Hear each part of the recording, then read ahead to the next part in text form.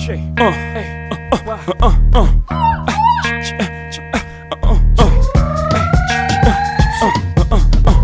that hop I'm talking about right here, Timbo.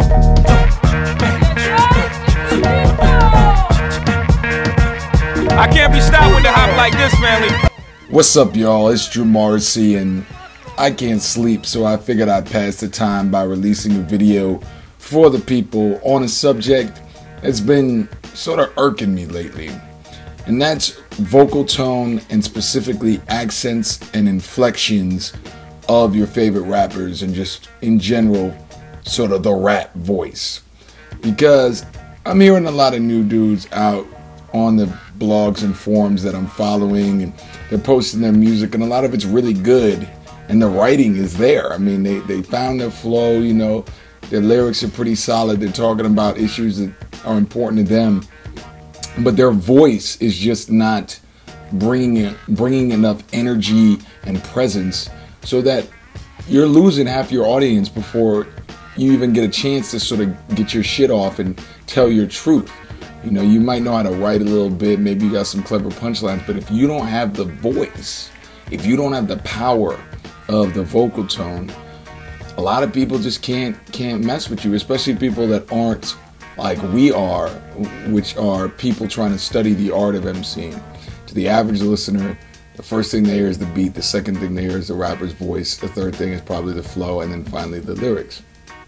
So anyway, this accent shit is on my mind. And I want to talk a little bit about the ways you can practice your voice and your accent and your impersonations or inflections, whatever you want to call it. So when I was just starting, when I was listening to my favorite rappers, I would rap in their voice along with them. So if I was listening to Hov, like I really tried to practice that voice. Or if I was listening to Pac, you know, I was definitely rapping like this, you know, kind of that thing. And over time that allowed me to incorporate their inflections into my rap, so that by now, you know, when I rap, like there's hints of Pac and hints of J and hints of M or whatever, just purely by the fact that I've been doing their voice and impressions and all that shit for a long time. And you should do the same. When you're listening to Biggie, you should get a little deeper voice. When you're listening to Southern guys, you know, stretch it out. It sounds funny, you know, out of context, but really when you're listening, practice it, because you'd be surprised that when you're writing your verse down and you're sitting there, you know, getting the pen ready or whatever, or you're in the booth just about to spit your verse, how a few months of practicing your favorite rappers' inflections, you'd be surprised at how much that can help you. So how would you go about doing this? Well, one way to think about it is thinking about like geographic locations and like the way that rappers from those areas rap. So let's say, for example, New York. Like you should always have at least some kind of New Yorkish street MC voice in your arsenal, so that when you get a beat, like a Premier sounding beat, or a beat that sounds like it could be produced by Premier or RZA or somebody like that, you know what to do. So you could practice saying, yo, son, yo, you could really like do that New York thing. You know, maybe you have even say certain words that they say, B, you know, and practice that. Again, it's kind of weird by yourself, but trust me, it will help you expand past just one rap voice. And that's like a killer. If you come on the track and all you have is one rap voice, like often you'll lose a lot of fans because they do want to hear that variety. So a New York voice, you could try that. Listen to rappers like Jadakiss, Dipset, Jay-Z, of course. Like they all have very good examples of what a New York kind of style is. You can go down south. You can study guys like UGK, Scarface. T.I. is a very good example of a southern voice that he uses in different ways. He kind of manipulates it. I have a T.I. video as well if you want to watch that to see exactly how he kind of does that. But practice drawing your words. When you hear a southern beat, you should be able to slow it down, you know. 2 Chainz is another example of a recent southern rapper with kind of like a very archetypical southern voice.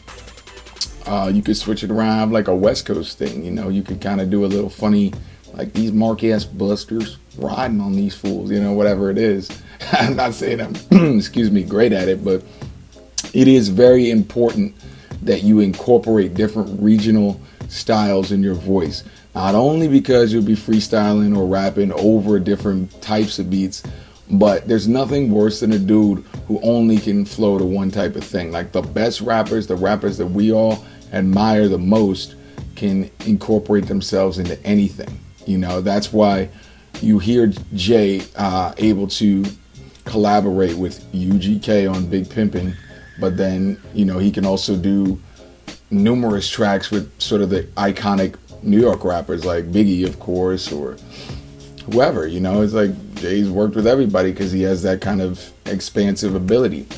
Eminem, similarly, he can do like the angry side, but he can also like do more serious songs like Stan. You know, so you generally want to have voices for each scenario. You should have an angry voice, so when you're rapping or you're battling, like it sounds like you're fucking pissed. You know, but you should also have like a smoother thing, like for the ladies. Like if you're on a track for the ladies, you need to sound like you're talking to a woman. You know, if you're on a sad track, like you need to really sound like not happy. You know? That's what the best rappers do. And so, yeah, that's basically what I wanted to mention today. I want think about your regions. Think about, you know, exactly how you're going to incorporate different regional styles in your flows. Think about the emotions you're trying to evoke. Sound mad when you're mad. Sound sad when you're sad. All that shit. And you can practice this even when you're not rapping. Like just after watching this video, tomorrow, for the next week, just focus on your voice and like how does your voice sound when you say certain things? What words are you putting emphasis on? And as time goes on, you'll begin to notice how important that is in your rap, and the way you listen to rap will change. You will start to understand why the best rappers always sound extremely like emotionally in tune with the track.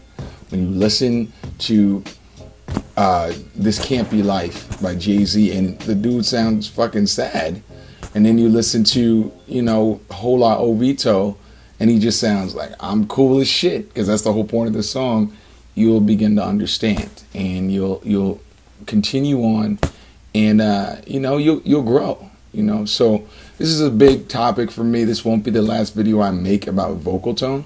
I think it's huge. I think it's underrated.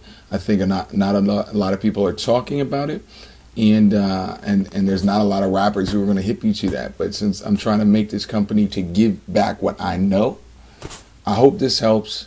And that's one of the cheat codes to being an ill motherfucker, is having the coolest voice. And that's just real shit.